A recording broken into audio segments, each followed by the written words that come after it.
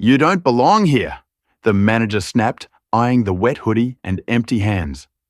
Zane felt the old instinct rise, the one that could buy the building the street, the city. Instead, he stayed silent. Then a chipped mug slid across the counter.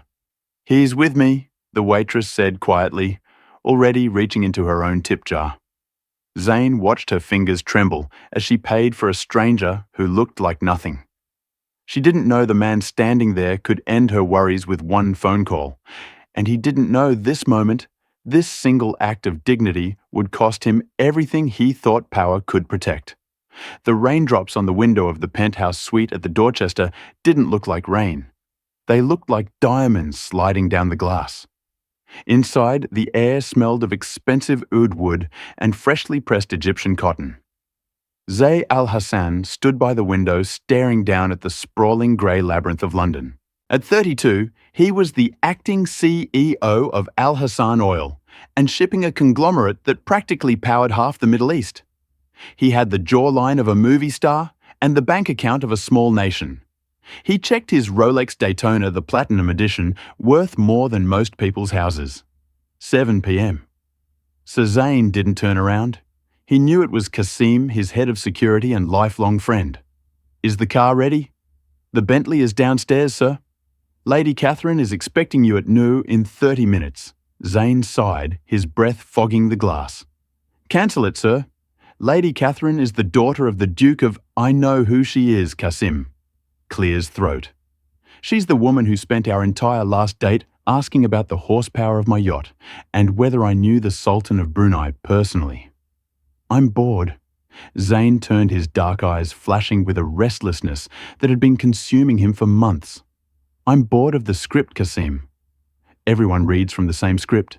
They see the name, they see the watch, and they smile that fake, predatory smile. Zane walked into his massive walk-in closet. He bypassed the rows of Tom Ford suits and Italian silk shirts. He reached into the back, pulling out a duffel bag he'd prepared weeks ago. He pulled out a faded, oversized grey hoodie, a pair of jeans stained with engine oil and boots that had seen better decades, let alone days. Kasim's eyes widened. "Sir, you cannot be serious. The board meeting is tomorrow. If the paparazzi catch you looking like a vagrant, that's the point. The paparazzi don't look at vagrants. Nobody looks at poor people, Kasim. They look through them." Zane stripped off his silk robe and pulled on the rough, scratchy denim. It felt uncomfortable, tight in the wrong places, and smelled faintly of damp storage. It felt real. "I'm going for a walk. No guards, no Bentley, no tracker." "Your father will have my head," Kasim said, panic rising in his voice. "I'll be back before midnight. I just need a reality check."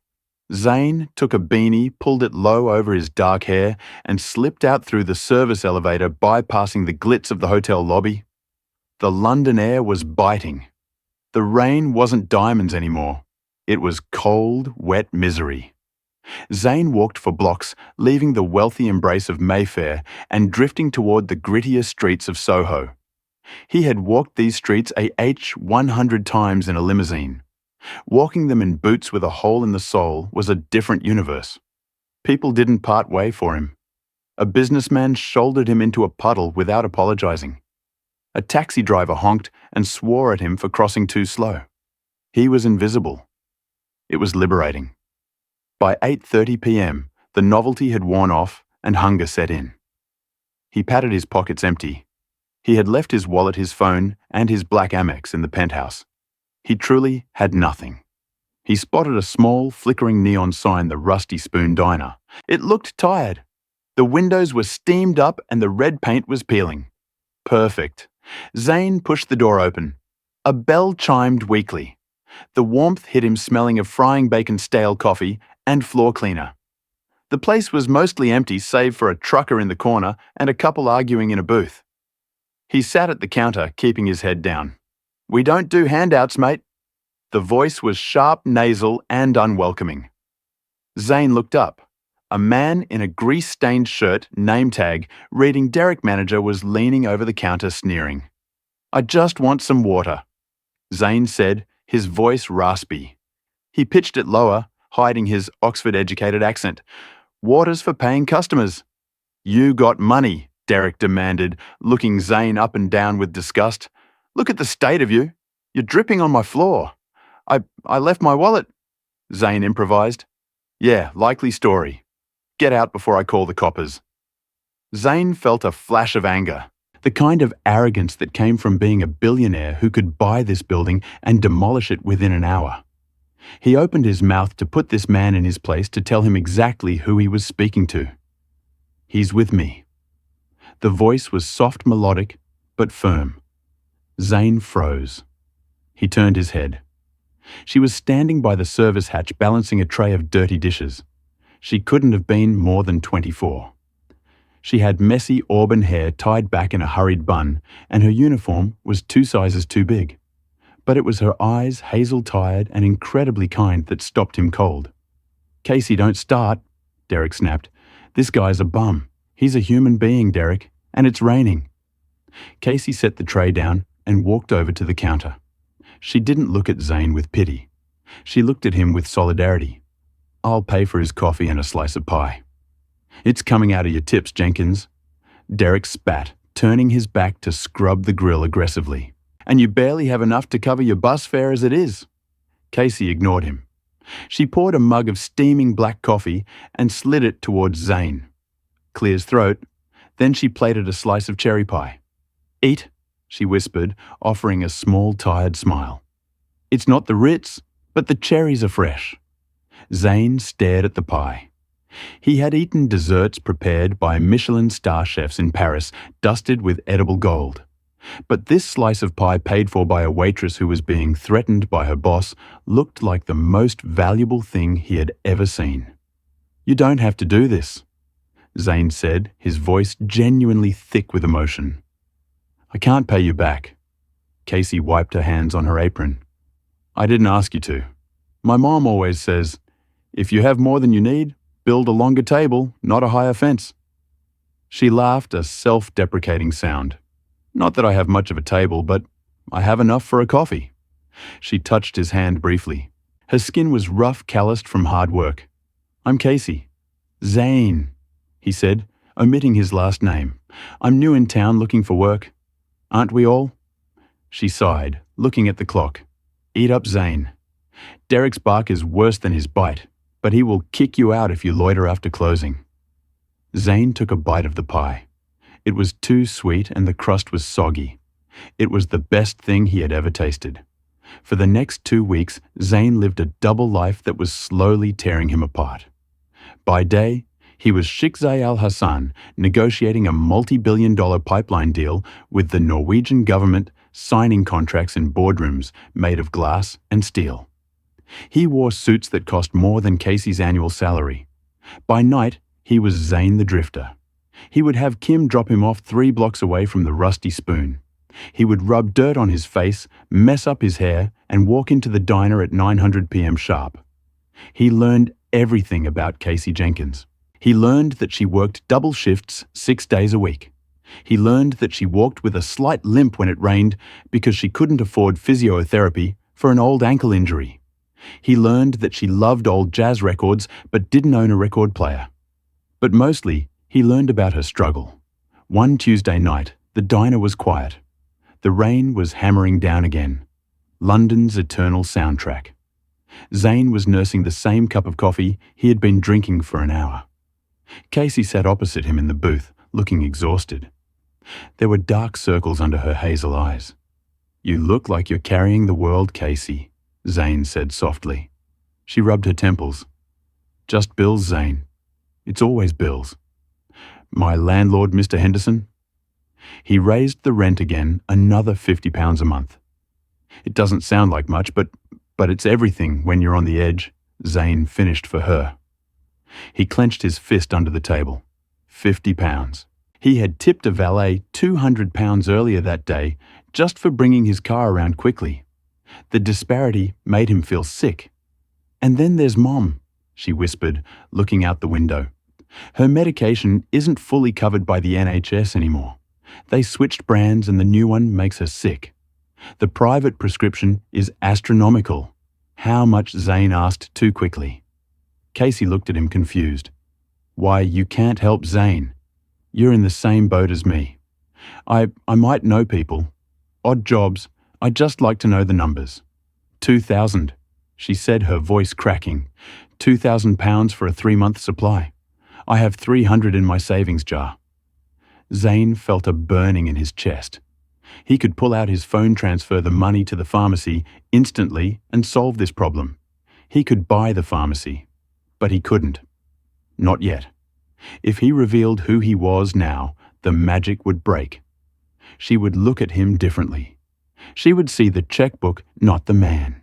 He needed to know if she liked him or if she would just be grateful for the savior. It was a selfish thought, and he hated himself for it. But he had been burned too many times before. Something will turn up, he said, lamely. Good things happen to good people. Casey laughed a bitter, sharp sound. You're a dreamer, Zane. I like that about you, but the real world eats dreamers for breakfast. Just then, the door swung open. A gust of wind blew napkins off the counter. A man walked in. He wasn't a customer. He was tall, wearing a cheap leather jacket and smelling of stale cigarettes. He scanned the room and locked eyes with Casey. Casey went pale. She stood up so fast, her knee bumped the table, spilling Zane's coffee. Gary, she gasped. What are you doing here? My money, Casey, the man said, his voice loud. You said Tuesday. I said next Tuesday, she pleaded, stepping out from behind the booth. Please, Gary, not here. Derek will fire me. I don't care about your job. I care about the 500 quid your deadbeat brother borrowed before he skipped town. Gary grabbed Casey's arm.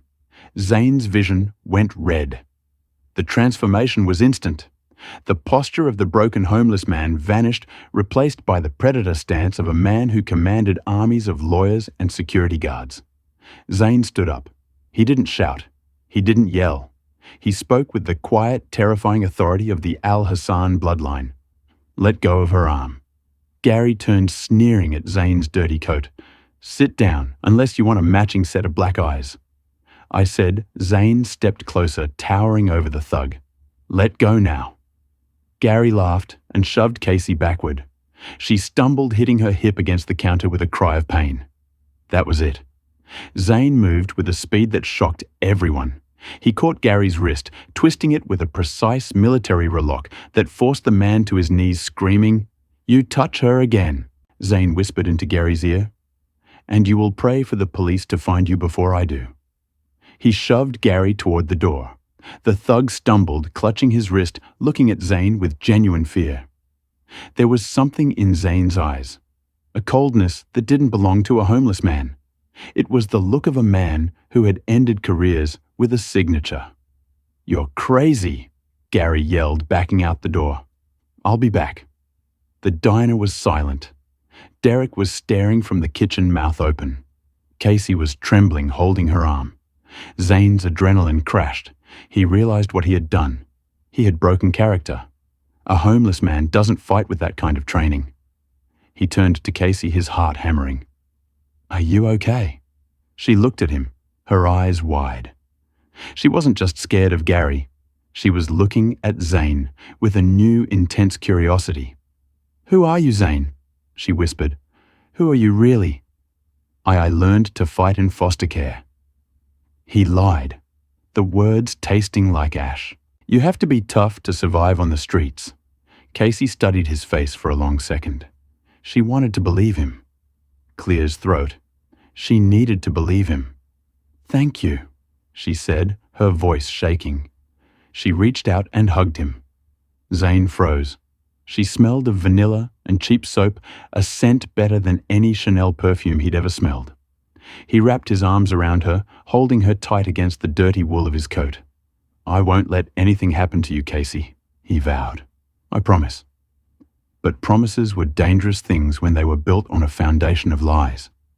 Outside, in the shadows across the street, a camera shutter clicked. A paparazzo who had been tracking the missing billionaire for days checked his display screen. The image was grainy, but undeniable. The billionaire sheikh Zain al-Hassan, dressed like a beggar, hugging a waitress in a rundown diner. Jackpot, the photographer muttered. Zane didn't know it yet, but the clock on his double life had just run out. The next morning, London woke up to a grey drizzle. But Zain al-Hassan woke up with a lightness in his chest he hadn't felt in years. He lay in his king-sized bed at the Dorchester, staring at the ceiling. The fight with Gary the night before had been a wake-up call. He couldn't keep lying to Casey. The way she had looked at him, confused but trusting, made his stomach turn. He had to tell her. Qasim Zain called out, sitting up. "Get the car ready. The real one. I'm going to the diner." Qasim appeared in the doorway, his face pale. He held a tablet in his hands as if it were a bomb. "Sir, I don't think you should go outside." Zain frowned, swinging his legs out of bed. "Why is it the board?" "Tell them I'm sick." "It's not the board, sir. It's everyone." Qasim walked over and silently placed the tablet on the bed. Zain looked down. It was the homepage of the Daily Mail. The headline screamed in bold black letters. "The billionaire beggar Sheikh Zain al-Hassan caught slumming it with waitress in Soho." Below the headline was the photo. It was grainy but unmistakable. It showed Zain in his dirty coat holding Casey in the middle of the diner. His face was turned just enough to be identified. The caption read, "Is this a sick game? The heir to the Al-Hassan fortune plays dress-up while the rest of London struggles." Zain felt the blood drain from his face. "No," he whispered. No, it's viral, sir," Qasim said quietly. "Twitter, Instagram, the news channels, they are camped outside the hotel." And Qasim hesitated. "They are camped outside the diner." Zain stood up so fast the room spun. "We have to go now." "Sir, security advisors. I don't care about security. She doesn't know." Zain grabbed his keys, ignoring the suit Qasim had laid out. He pulled on a t-shirt and jeans, expensive ones this time, and ran for the door. The scene outside the Rusty Spoon was chaos. Usually the street was quiet at 10 a.m. Today, it was a circus. Vans with satellite dishes clogged the road. Photographers were climbing on dumpsters to get a shot through the steamed-up windows. Casey was inside, trapped. She had arrived for her shift at 8 a.m., unaware Clear's throat of the storm. When the first reporter banged on the glass asking, "How much did he pay you?" she thought it was a prank. Then Derek had turned on the TV. Now she stood behind the counter shaking. She looked at the TV screen above the grill. There was a file photo of Zain in a tuxedo at a gala in Monaco, looking imperious and wealthy. Beside it was a photo of Zain the drifter, the man she had fed, the man she had worried about, the man she had bought coffee for with her last few pounds. They were the same man. The door chime rang, but it wasn't a customer. The crowd parted as a sleek black Mercedes SUV mounted the curb, scattering paparazzi like pigeons. Zain jumped out. He wasn't wearing the disguise. He was wearing a cashmere sweater and dark sunglasses flanked by two massive bodyguards. "Casey," he shouted, pushing through the mob. "Mr. Al-Hassan, is she your mistress? Did you lose a bet, Sheikh? Is poverty a fetish for you?" The questions were like knives. Zain ignored them, bursting through the diner door. The bell chimed. The diner went silent. Derek was cowering in the kitchen. Casey stood by the cash register. She looked small. Her apron was stained with coffee. She looked at Zain, the real Zain, and her expression wasn't anger. It was devastation. Casey Zain stepped forward, breathless. "Please let me explain." Casey laughed. It was a dry, hollow sound. "Explain. Explain what exactly, that you own the oil company my mom can't afford gas from, or that you've been laughing at me every time I counted my tips." "I never laughed at you," Zain pleaded, reaching out. "I wanted to know. I wanted to see if someone could see me. Not the money, just me. See you." Casey's voice rose, trembling with tears she refused to shed. "You think this is a game? You think my life is a costume party?" She reached under the counter and pulled out a small, crumpled brown paper bag. She threw it at him. It hit his chest and fell to the floor. "That's the sandwich I made you for later," she choked out. "I skipped my own lunch today so I could make it for you because I thought you were hungry. I thought you were starving." Zain looked at the bag. He felt smaller than he ever had in the dirtiest alley. "I didn't mean to hurt you," he whispered. "You didn't just hurt me, Zane. You made me feel like a fool. You sat there and watched me cry about my rent. You watched me stress about my mom's medicine, and you sat on a pile of gold and said nothing." She wiped her eyes furiously. "To you, being poor is a vacation, a break from your stressful life of luxury. To us, it's every single day. We don't get to take off the costume." "I can fix it," Zane said desperately. "I can pay for everything." "Your mom the rent I can get out," Casey said. "Casey, please get out," she screamed, her voice breaking. "Take your money and get out of my diner. I don't want a savior. I wanted a friend, and you're neither." Derek popped his head out of the kitchen, emboldened by the cameras flashing through the window. "You heard her. Get out, mate, before I sue you for trespassing." Zane looked at Casey one last time. She had turned her back to him, her shoulders shaking. He realized then that no amount of money could fix the silence in the room. He had broken the one thing he couldn't buy: trust. He turned and walked out into the blinding flash of the cameras. The flight from London to Dubai usually took 7 hours. For Zane, it felt like 7 years. He sat alone in the main cabin of his family's private Gulfstream jet. He hadn't touched the champagne the stewardess had poured. He was staring at his phone, scrolling through the comments on the articles. Another rich brat mocking the poor. Waitress should sue him for emotional distress. He looks good in rags, though. "Hello?" He threw the phone across the cabin. It hit the leather seat opposite him with a dull thud. When the jet touched down in the heat of the UAE, the reception was not warm. A convoy of black armoured cars was waiting on the tarmac. Zane was driven straight to the Al Hassan estate, a sprawling palace of white marble and gold leaf surrounded by lush, impossible gardens in the middle of the desert. His father, Sheikh Ahmed Al Hassan, was waiting in the main majlis meeting room. The sheikh was a man of iron tradition. He sat on a raised dev sipping tea, looking at an iPad. "You have made us a global laughingstock," Ahmed said, without looking up. "I was just trying to find something real, father," Zane said, his voice tired. Ahmed looked up, his eyes hard. "Real, you are a sheikh. Your reality is responsibility. Your reality is the thousands of employees who depend on our stock price, which, by the way, dropped 4% this morning because investors think the CEO is having a mental breakdown." Ahmed stood up and walked over to his son. "You will stay in Dubai. You will attend the Energy Summit next week. You will smile, shake hands, and act like the man I raised. The homeless experiment is over." And Casey Zane asked the girl.